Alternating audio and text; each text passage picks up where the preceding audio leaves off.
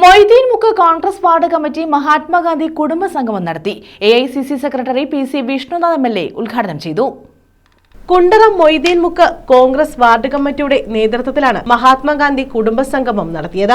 AICC secretary PC Vishnunath MLA ഉദ്ഘാടനം ചെയ്തു. നമ്മുടെ തൊട്ടടുത്ത സംസ്ഥാനമായ കർണാടകത്തിലെ ബെൽഗാമിൽ വെച്ചാണ് മഹാത്മാഗാന്ധി ഇന്ത്യൻ നാഷണൽ കോൺഗ്രസിന്റെ പ്രസിഡന്റായി തെരഞ്ഞെടുക്കപ്പെട്ടത്. ഒരു വർഷക്കാലം അദ്ദേഹം പ്രസിഡന്റായി. പിന്നീട് അദ്ദേഹം 1925 ഡിസംബർ ആയപ്പോൾ ഒരു വനിതയെയാണ് അദ്ദേഹത്തിന്റെ പ്രസിഡന്റ് സ്ഥാനം അദ്ദേഹം ഏൽപ്പിച്ചത്. അത് മറ്റാരുമായിരുന്നില്ല, സരോജിനി നായിഡു മഹാത്മാഗാന്ധിക്ക് ശേഷം പ്രസിഡന്റായി തെരഞ്ഞെടുക്കപ്പെട്ടു. UDF നിയോജക മണ്ഡലം ചെയർമാൻ കുരിപ്പള്ളി സലീം അധ്യക്ഷത വഹിച്ചു.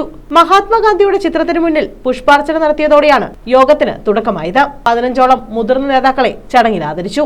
DCC സെക്രട്ടറിമാരായ KRV Sahajan, Faisal Kulappadam, Thrikkovilvattom block Congress committee president AL Nizamuddin, Nasimuddin Laba, മണ്ഡലം പ്രസിഡന്റ് വിനോദ് ജി പിള്ള, മണ്ഡലം പ്രസിഡന്റുമാരായ KR Surendranachari, Nizar Palavila, Sudheer Cherikonam, block Congress committee ഭാരവാഹികളായ Vilaveettil Murali, Biju Jacob, Shefeeq, Ullas, Sam Varghese, Suvarna, Jamaluddin, Shihab, Babukuttanpillai, Davidson തുടങ്ങിയവർ പങ്കെടുത്തു.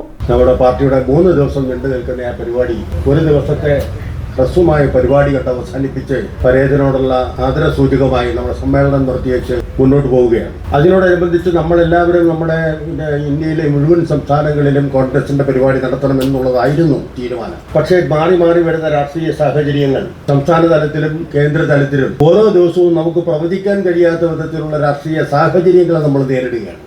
News bureau, Kundara.